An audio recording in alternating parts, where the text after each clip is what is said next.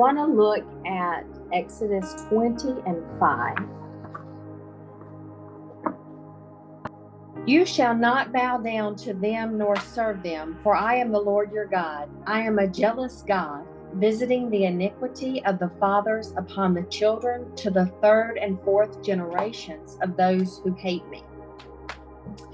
So this scripture is used to tell us that visiting the iniquity of the fathers upon the children to the third and fourth generations of those who hate me.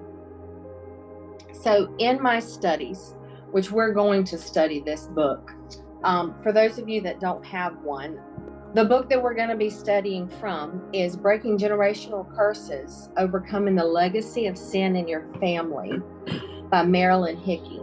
There are plenty of people to study, but this is the book that God used to give me freedom 17, 18 years ago. I have done many other studies, so it's not like she's the only one God has ever given the revelation of this to. It's just been a beautiful source and resource for me. In my studies, the term used here is visiting the iniquity of the fathers upon the children to the third and fourth generations. So there's sin, like we make a mistake, we sin that day, we ask God to forgive us, and it's something that happened. But it's not a lifestyle. It's not something that we practice. And iniquity is a sin that we have purpose to participate in so often that it is now a habit. And the habitual sin, I'll give the example of lying. Some people, they have what they call their little white lie, right? Like every now and then they may say something they probably should not have said. So what happens is, okay, they have their little white lie, and that's not that big of a deal, right? It's sin, but it's not habitual. It's an occasional thing. What happens to create an iniquity is when they choose, the sin we're using right now is lying. So if they choose to lie over and over and over, you ever met the person that they'd rather lie than tell the truth? Like even when the truth is better, for some reason they still tell the lie.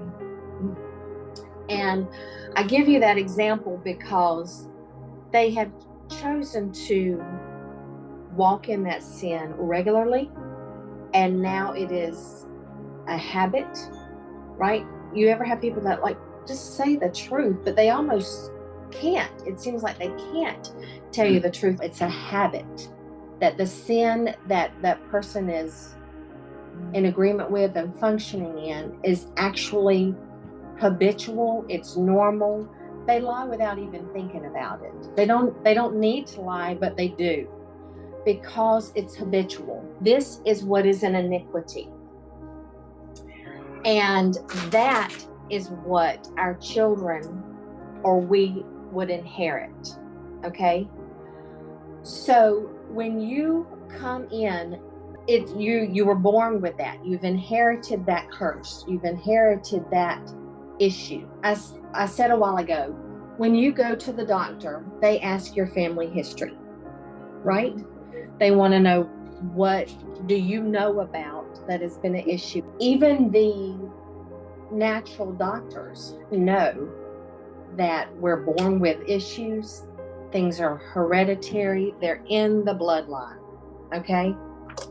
So that doesn't mean that you have high blood pressure just because Aunt so-and-so and so-and-so had it, right? But it's in the bloodline. They're asking you about it because they know the high probability of it being alive in you and being an issue for you. So generational curses work the same way. We may not be living in them and functioning in them, but they are connected to the core of us because we were born into that.